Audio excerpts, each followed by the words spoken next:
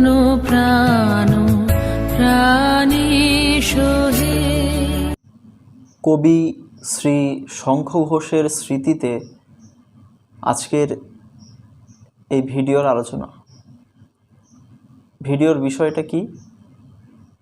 ভিডিওর বিষয়টা হচ্ছে দশম শ্রেণীর প্রথম ফার্স্ট সামেটিভ যেটা ইভ্যালুয়েশন, প্রথম পার্বিক অভিক্ষা, যেটা প্রথম ইউনিট টেস্ট, সেই ইউনিট টেস্টের একটা অন্যতম জনপ্রিয় কবিতা, তার নাম কি?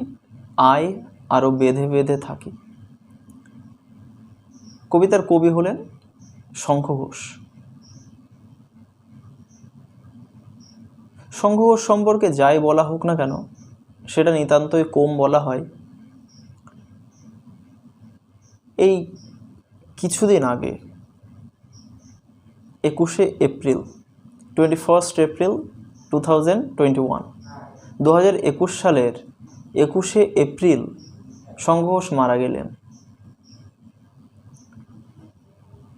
বাংলা আধুনিক বাংলা সাহিত্যের যদি 10 জন কবির নাম বলা হয়, তার মধ্যে কিন্তু শঙ্খ ঘোষের নাম অবশ্যই উল্লেখ্য। এবং জীবনে কোন পুরস্কার তিনি পাননি? সাহিত্য একাডেমি পুরস্কার, পদ্মভূষণ,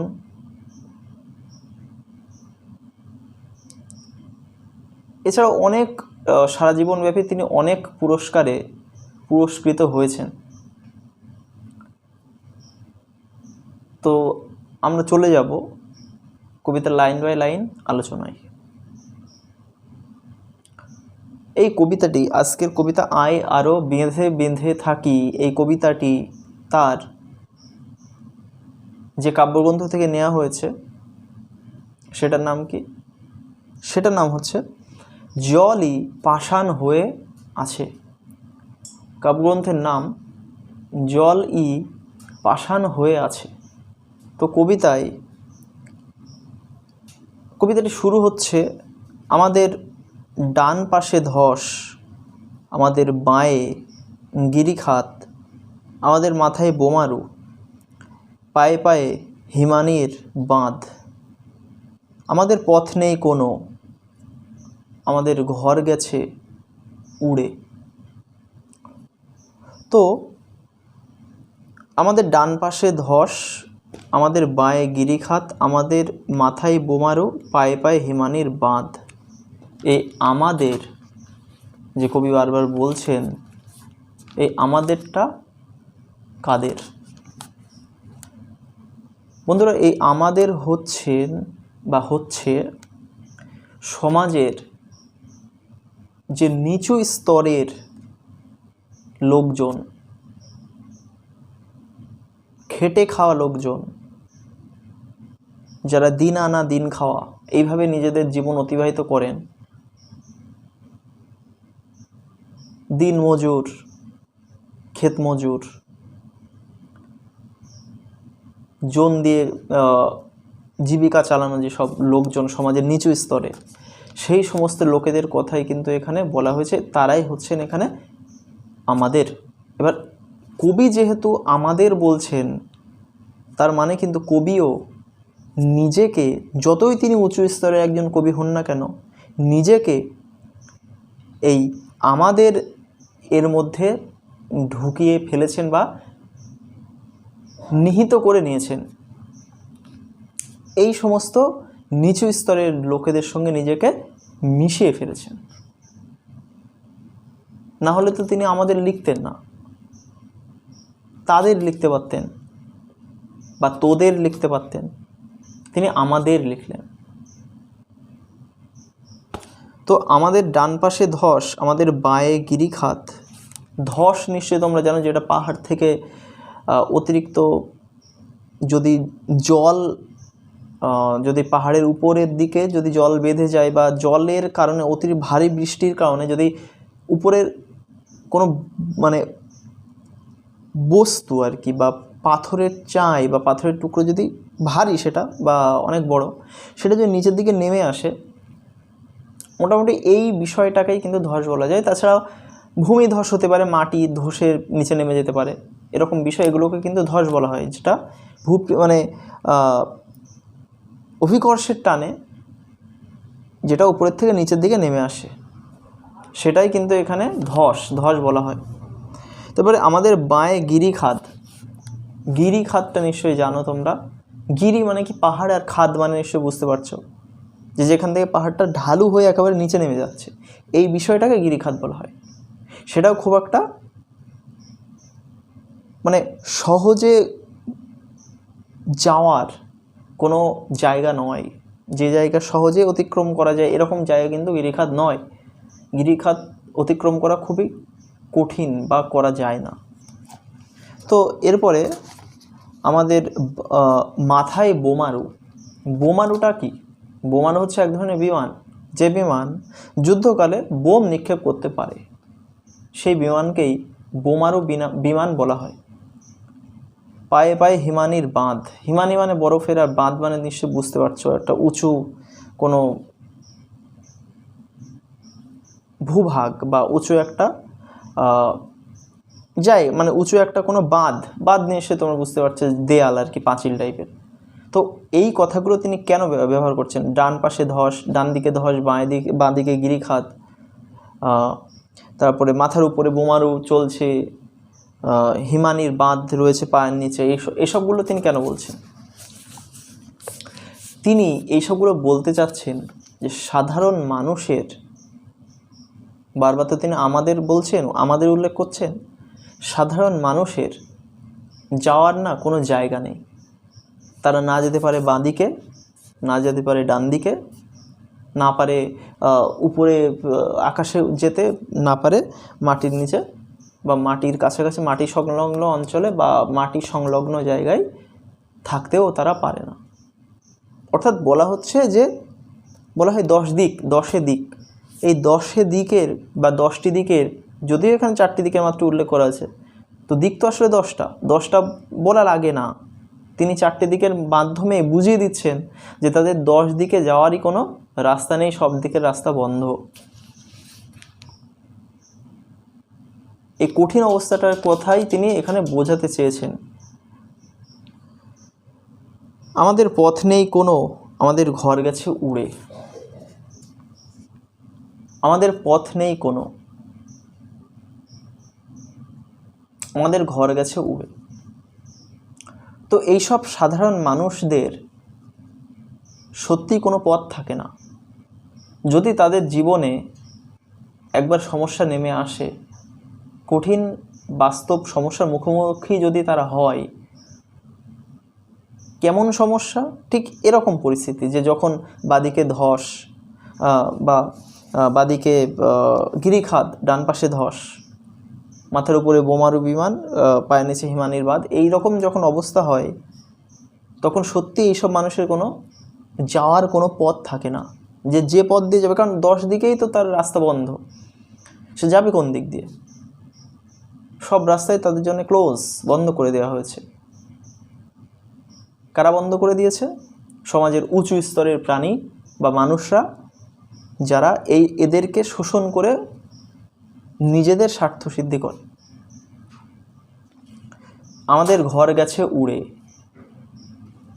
তবে যাওয়ার রাস্তা না থাকার আরও একটা কারণ, যে এই সব মানুষদের ঘর কিন্তু উড়ে গেছে। এবার যদি প্রশ্ন আসে যে ঘর কেন উড়েছে, আমরা সেখানে দুটো কারণ উল্লেখ করতে পারি। প্রথম কথা, এই যে ধস নেমেছে, একটু আগে আমরা আগের লাইনগুলোতে দেখতে পাচ্ছি যে ধস নেমেছে, বা বোমারু বিমান উপর থেকে বোম ছুটছে, বোম নিক্ষেপ করছে, এইসব কারণেই হয়তো তাদের ঘর, অর্থাৎ যুদ্ধ বিধ্বস্ত যে একটা পরিবেশের ছবি কবি তুলে ধরেছেন, সেই যুদ্ধ বিধ্বস্ত পরিবেশে তাদের বাড়ি কিন্তু, তাদের ঘর, নিজেদের ঘর কিন্তু উড়ে গেছে, তাদের ঘরে কোনো অস্তিত্ব নেই। এই একটা কারণে হতে পারে। দ্বিতীয় কথা আমরা উল্লেখ করতে পারি, যদি কখনো প্রাকৃতিক দুর্যোগ আসে আমাদের সমাজে বা আমাদের পরিবেশে বা আমাদের চারপাশে, তখন কি দেখা যায়?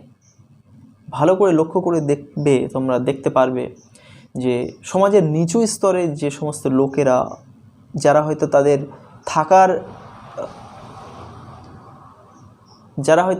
থাকার যে ছাদ বা থাকার যে বাড়ি, সেই বাড়িটা ঠিকঠাকভাবে তৈরি করতে পারেনি বা পারে না, বারবার ঝড় আসে এবং শুধু তাদের বাড়িকেই ভাঙে। কারণ তাদের তো হয়তো টালির বাড়ি বা টিনের বাড়ি বা খড়ের চাল, মাটির বাড়ি। তো প্রাকৃতিক দুর্যোগ আসলে প্রথমে তো তাদের বাড়িটাই আগে ভাঙবে, সেই জন্য তাদের বাড়ির কোনো অস্তিত্ব নেই। এরকম একটা যুদ্ধ বিধ্বস্ত পরিবেশে তোমাদের মনে রাখতে হবে এই কবিতাটা কিন্তু একটা যুদ্ধ বিরোধী কবিতা। তোমাদের দশম শ্রেণীতে বেশিরভাগ কবিতাই যুদ্ধ বিরোধী কবিতা। ওদিকে আফ্রিকা কবিতা, অসুখে একজন কবিতাও যুদ্ধ বিরোধী কবিতা। ওদিকে লাস্টের দিকে, লাস্ট সামেটিভে, থার্ড সামেটিভ যেটা, সেখানে তোমরা দেখতে পাবে যে অস্ত্রের বিরুদ্ধে গান, ওটাও কিন্তু যুদ্ধ বিরোধী কবিতা। তাছাড়াও যাই হোক, এগুলো আর কি সবই কিন্তু তোমাদের বেশিরভাগই যুদ্ধ বিরোধী কবিতা। তো এই যুদ্ধের কারণে ওদের ঘর কিন্তু উড়ে গেছে। এবার আমরা নেক্সট লাইনে চলে আসবো। আমাদের শিশুদের সব ছড়ানো রয়েছে কাছে দূরে, আমরাও তবে এইভাবে এই মুহূর্তে মরে যাব নাকি? আমাদের পথ নেই আর, আয় আরও বেঁধে বেঁধে থাকি। আমাদের শিশুদের সব ছড়ানো রয়েছে কাছে দূরে, তাহলে এই যে করাল গ্রাসযুক্ত যে যুদ্ধ, সেই যুদ্ধের নিষ্ঠুরতা থেকে বা নির্মমতা থেকে নতুন প্রজন্ম, শিশু, নিজেদের সন্তান, তারাও কিন্তু নিষ্কৃতি পায়নি বা নিস্তার পায়নি। তাদের মৃতদেহ, সব মানে সব মানে মৃতদেহ, তাদের মৃতদেহ কিন্তু ছড়ানো রয়েছে কাছে দূরে, অর্থাৎ কোনোটা হয়তো কাছে রয়েছে, কোনোটা হয়তো দূরে ছড়ানো রয়েছে। কেন? এই যুদ্ধ বিধ্বস্ত পরিবেশে, যুদ্ধ হয়েছে,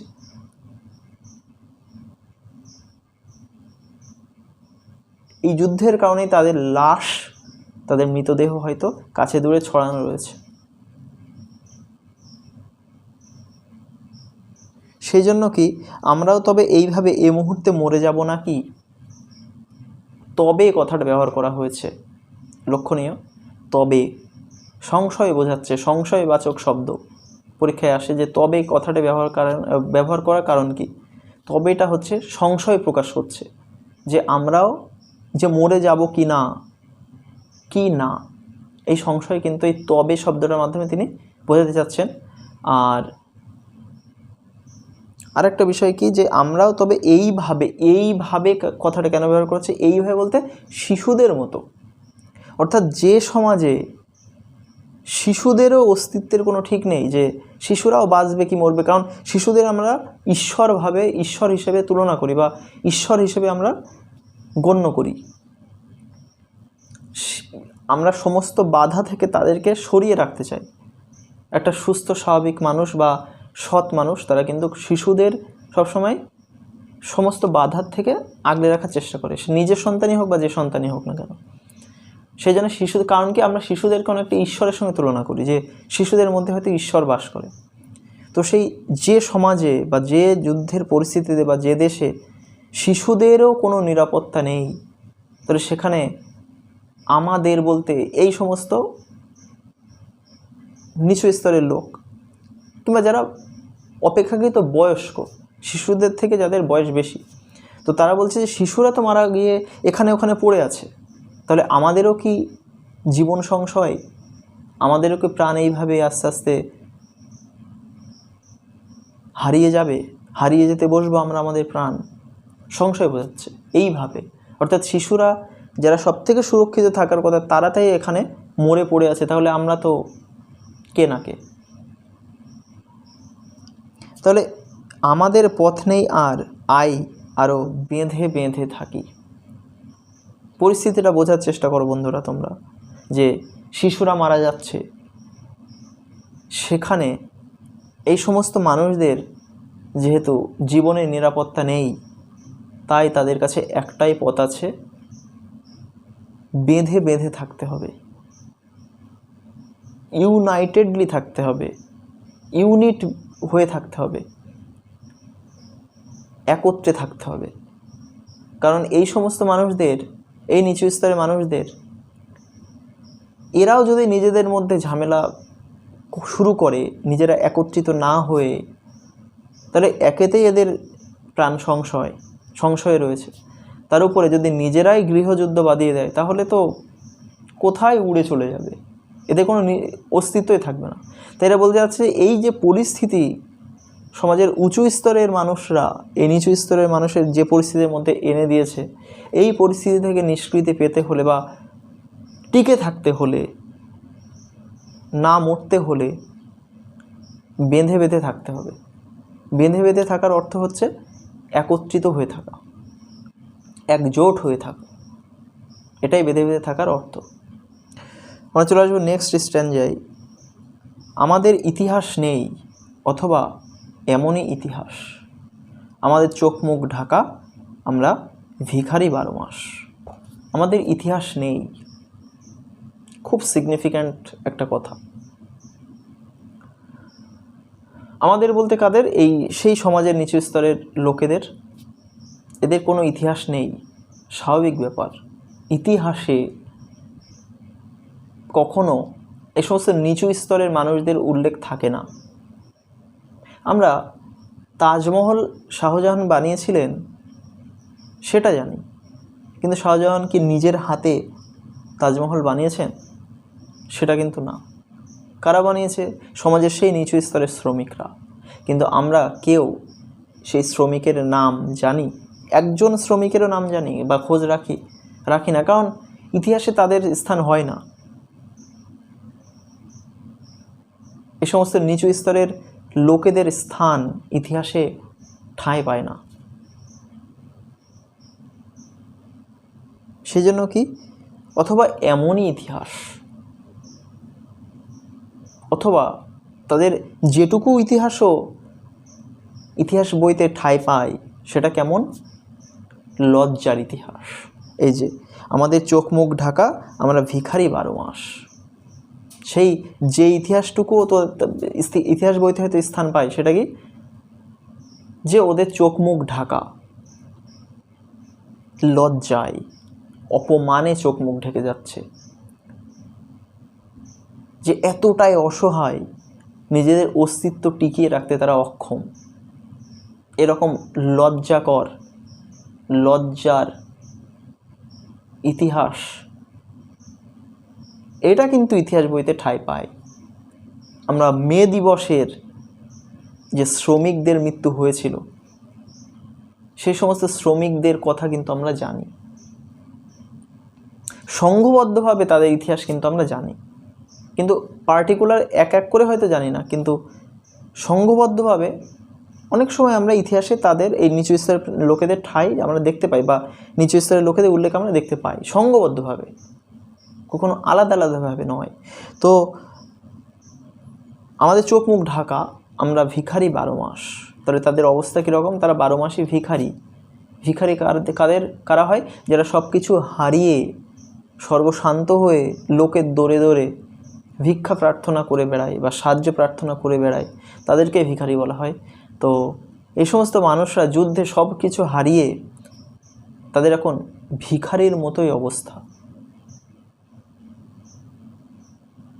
পৃথিবী হয়তো বেঁচে আছে, পৃথিবী হয়তো গেছে মরে। খুব গুরুত্বপূর্ণ লাইন। প্রশ্ন আসে, হয়তো ব্যবহারের তাৎপর্য কী? ওই একই উত্তর। সংশয়বাচক শব্দ হচ্ছে হয়তো, সংশয় প্রকাশ হচ্ছে যে পৃথিবী কি সত্যিই বেঁচে আছে। আমরা তো দেখতে পাচ্ছি যে পৃথিবীর চারিদিকে আপাত দৃষ্টিতে তোমাদের মনে হতে পারে, হ্যাঁ কয়েকজন মানুষ মরে গেছে বা মানুষদের অসহায় অবস্থা, তাতে কি? বেঁচে থাকতে গেলে শুধু প্রাণের অস্তিত্বটাই সব কিছু হয় না, তার পারিপার্শ্বিক অনেক বিষয় থাকে। পৃথিবী শুধুমাত্র সমাজের উঁচু স্তরের প্রাণীদের নিয়ে বা উঁচু স্তরের লোকেদের নিয়ে গঠিত নয়, সেখানে আরও অনেক বিষয় আছে। তো যে সমাজে, যে পৃথিবীতে শিশুদের মৃতদেহ চারিদিকে ছড়িয়ে পড়ে আছে, শিশুদের কোনো নিরাপত্তা নেই, ভবিষ্যৎ প্রজন্ম অন্ধকারে নিমজ্জিত ভবিষ্যৎ প্রজন্ম, নতুন কেউ নেই যারা এই পৃথিবীটাকে টিকিয়ে রাখতে পারবে, কারণ সমস্ত ভবিষ্যৎ প্রজন্ম মাটিতে লুটিয়ে পড়ে আছে মৃতদেহ রূপে, মরে গিয়ে তারা মাটিতে লুটিয়ে পড়ে আছে। তো এই জন্যে বলা হচ্ছে পৃথিবী হয়তো বেঁচে আছে, পৃথিবী হয়তো গেছে মরে, মানে ডিলেমা, দ্বন্দ্বের মধ্যে কবি যে, বা এইসব সাধারণ মানুষরা দ্বন্দ্বের মধ্যে থাকে যে পৃথিবী কি আদৌ বেঁচে আছে, আমরা এত অসহায়, আমাদের এতটা নিপীড়ন, কষ্ট, লাঞ্ছনা দেওয়া হচ্ছে, সত্যি কি তাহলে এটা সেই পৃথিবী যে পৃথিবী সবাইকে নিয়ে চলতে ভালোবাসে, বা যে পৃথিবী সবাইকে নিয়ে চলা উচিত, সব স্তরের মানুষদের নিয়ে? আমাদের কথা কে বা জানে, আমরা ফিরেছি দৌড়ে দৌড়ে। আমাদের কথা কে বা জানে, স্বাভাবিক ব্যাপার। আমি একটু আগে বলছিলাম যে ইতিহাসে এইসব মানুষদের যেহেতু কোনো ঠাঁই হয় না, বা ইতিহাসের পাতায় যেহেতু আমরা এইসব মানুষের কথা জানতে পারি না, সেই জন্য আমাদের কথা কে বা জানে, মানে এই সমস্ত মানুষরা কবে জন্মান, পৃথিবীতে কবে আসেন, আর কবেই বা তারা এই পৃথিবী ছেড়ে চলে যান, আমরা কিন্তু জানতে পারি না। খোঁজ খবর কেউই এনাদের রাখে না। এরা শুধুমাত্র পৃথিবীতে আসে নিজেদের দিনের সঞ্চয়টুকু দিয়ে সেই দিনেরই খরচ চালানো, বা সেই দিনেরই সম্ভাব্য কিছু পাথেয় কিনে শুধুমাত্র সেই দিনের জন্যেই চালানোর জন্য নিজেদেরকে টিকিয়ে রাখে। সঞ্চয় বলে কোনো জিনিস হয়তো তারা জানে না, কারণ যেটুকু তারা আয় করে হয়তো তার সবটাই ব্যয় হয়ে যায় প্রত্যেক দিন। এরকম মানুষদের কথা কিন্তু কেউ জানে না বা খোঁজ রাখে না। সমাজটা এখন শুধুই স্বার্থের। একটা উঁচু স্তরের মানুষের পিছনে যতটা লোক থাকে, নিচু স্তরের লোকেদের সাহায্য করার জন্যে বা সহায়তা করার জন্য কিন্তু লোক থাকে না। তারা শুধুমাত্র নিজেদের যে নিচু সম্প্রদায়, নিচু স্তরের যে অন্য লোকগুলো, তাদেরকে কাছে পায়, কারণ তারা একই জ্বরে জর্জরিত, একই কষ্টে জর্জরিত, তাই তারা একে অপরকে সাহায্য করতে পারে ওই নিচু স্তরের লোকেরা, কিন্তু কখনো উঁচু স্তরের কারোর সাহায্য কিন্তু তারা পায় না। তো আমরা ফিরেছি দৌড়ে দৌড়ে, স্বাভাবিক ব্যাপার। ঘর উড়ে গেছে, ভবিষ্যৎ প্রজন্মে যারা খেতে দিত বৃদ্ধ বয়সে, তারাও কিন্তু লুটিয়ে মাটিতে পড়েছিল।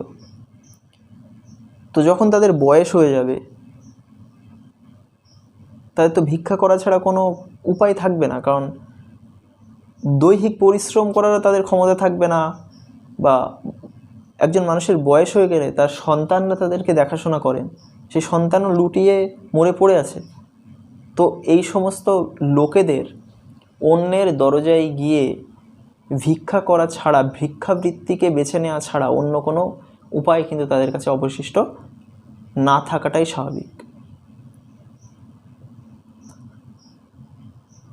কিছুই কোথাও যদি নেই, তবু তো কজন আছি বাকি, আয় আরও হাতে হাত রেখে, আয় আরও বেঁধে বেঁধে থাকি। কবি আবারও এই সমস্ত নিচু স্তরের মানুষদের একতাবদ্ধ হয়ে থাকার বাণী দিচ্ছেন, বারবার দিচ্ছেন তিনি, যে তোদের তো কোথাও কিচ্ছু নেই, সব কিছু তোরা হারিয়ে ফেলেছিস। যেটা সামর্থ্য করে তোরা এগিয়ে যেতে পারতিস, উঁচু স্তরে যেতে পারতিস, তোরা তো সব কিছু হারিয়ে ফেলেছিস। তাই তোরা যে কজন বেঁচে আছিস, হ্যাঁ, তবু তো কজন আছি বাকি। তবু পরিস্থিতিকে বোঝানোর জন্য তবু কথাটা ব্যবহার করা হচ্ছে। তবু তো কজন আছি বাকি, যে এত সব ঝড় ঝাপটার পরে আমরা কিছু লোক এখনও টিকে আছি, তো আমরা যদি আরও এগিয়ে যেতে চাই ভবিষ্যতের দিকে, যদি নিজেদের জীবনটাকে টিকিয়ে রাখতে চাই, তাহলে আমাদের কি করা উচিত? আয় আরও হাতে হাত রেখে, আয় আরও বেঁধে বেঁধে থাকি, একে অপরের হাতে হাত রাখি, চল আমরা একে অপরের সমস্যায় ঝাঁপিয়ে পড়ি, সুখ আসলে সেটাও ভাগ করে নিই একে অপরের মধ্যে, এবং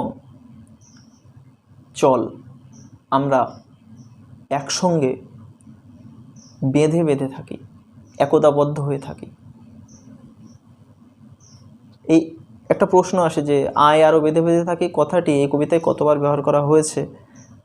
তো কবিতায় দেখবে তোমরা দুটো স্তবক অ্যাকচুয়ালি, তো প্রত্যেকটা স্তবকেরই লাস্ট লাইন কিন্তু আয় আরও বেঁধে বেঁধে থাকি, অর্থাৎ উত্তর হবে 2 বার। কবিতায় 2 বার আয় আরও বেঁধে বেঁধে থাকি কথাটি ব্যবহার করা হয়েছে। তো এখানেই ছিল, এবার এটুকুই ছিল তোমাদের বিশ্লেষণ কবিতাটির। আশা করি তোমরা ভালোভাবে বুঝতে পেরেছো। যদি বুঝে থাকো পরিষ্কারভাবে, তাহলে অবশ্যই কমেন্ট করে জানিও যে কেমন লাগলো। আর আমার চ্যানেলে যদি প্রথমবার ভিজিট করে থাকো, তাহলে অবশ্যই চ্যানেলটিকে সাবস্ক্রাইব করে পাশে থাকা অল নোটিফিকেশন বেল আইকনটি প্রেস করে দিও, যাতে পরবর্তী গুরুত্বপূর্ণ ভিডিও তুমি স্কিপ না করে যাও বা মিস না করে যাও। ধন্যবাদ।